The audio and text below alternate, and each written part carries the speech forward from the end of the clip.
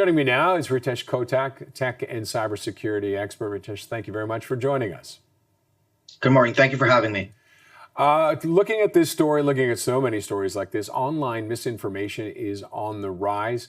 How do we address it? How do we spot it? That's the big challenge right now. And with artificial intelligence or generative AI in particular, it's getting even harder to decipher fact from fiction. The only way to really do it is in one of two ways. Number one is make sure that you go to a direct source. So for example, if you see information out there about a particular incident, maybe go to your local police's X's page or Facebook's page, or like go to an actual account to validate and verify. And the second component of this is social media organizations are now starting to tag posts that are misleading, AI generated. They have content moderation in place, content that's flagged. It's not an exact science. It needs to get a lot better. But those are kind of the two options. Go to the source, educate yourself, and look out for those tags.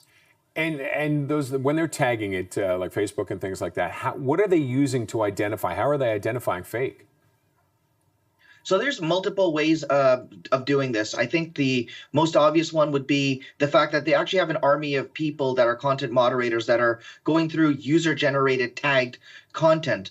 But they're also using new technology.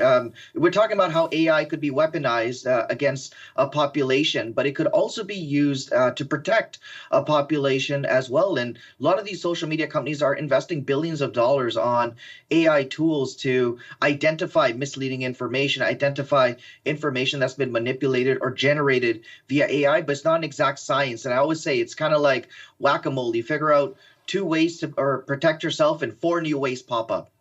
And are there still tells for AI? What are kind of the giveaways for AI right now? I know it's getting better and better every day, it feels like, but what can you look for that may make you say, you know what, I don't think this is real? I personally look for the cuts. You look very closely if it's an individual making a statement or a comment. Look at their face. Make sure that the mouth and the words are kind of, I guess there's a little bit of lip reading involved there, but make sure that they're that it's matching. Look at the overall context of it as well. And that's pretty much the only way. Again, even going to direct sources helps, but we've even seen direct sources sharing misinformation, thinking that certain information is legitimate. So it's kind of user beware. Look for those tells, look for spelling errors, things like that. But it's getting so good that even technology is not able to catch in some cases. Is there any software out there that you could download to help identify it?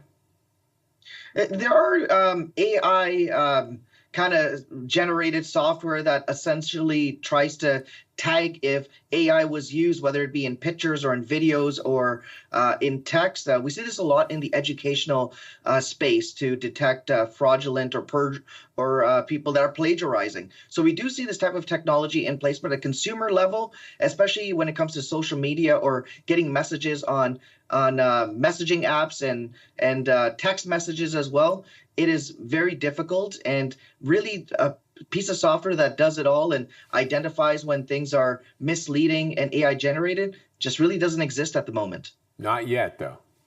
I'm sure it's coming. Somebody's working on it. All right, Ritesh, thank you as always for joining us. Thank you for having me.